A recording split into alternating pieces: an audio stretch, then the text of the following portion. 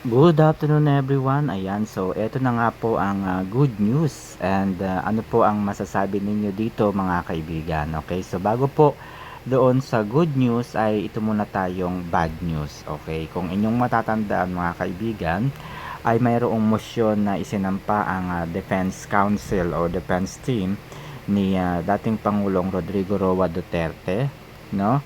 Ito po ay ang paghiling sa ICC ng pansamantalang kalayaan ng dating Pangulo na si Rodrigo Roa Duterte. Unfortunately, ay hindi po nag-grant ang interim release request po ng kampo ng depensa. So, anyway, isa pong dahilan po no, ang nakikita ko dito, no, it's very obvious, ay takot na takot pa rin po ang gobyerno ni President Ferdinand Romualdez Bongbong Marcos Jr. na kapag nakauwi at pinayagan po ang interim release ni dating Pangulong Duterte ay magkakaroon po ng lakas ng loob at manunumbalik ang pagmamahal ng taong bayan sa dating Pangulo. Kahit na po nakalimot na o may sakit na po ang demensya ang dating Pangulo, iba pa rin po yung pagkakataon na nandito na po siya sa Pilipinas. Maaaring magkaroon po ito ng epekto. So, ibig sabihin po, pinayagan ng interim release dahil sa wala pong maipakitang basihan ang ICC. So, kapag ganun po, no, lalakas at muli ay manunumbalik ang paghanga ng maraming Pilipino sa dating Pangulo. Kaya, natatakot po ang administrasyong ito.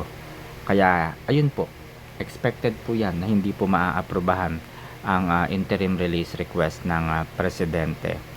Kaya kung mapapansin po ninyo, inaprobahan po yung pag indefinite, no? Indefinite na pag alam niyo na yung indefinite pag na pag hihearing. So, andun lang siya sa ICC, walang hearing, walang pag-uusap, etc. etc. Pansin nyo?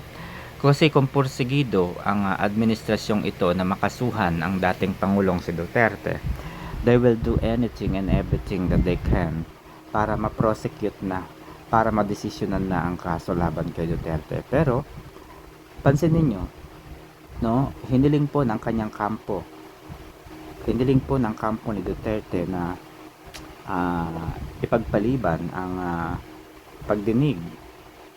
At nag-grant po yun. Kaya nga po walang schedule kung kailan ang susunod na hearing o kailan mag-uumpisa talaga ang hearing. Wala po. Indefinite. Diba?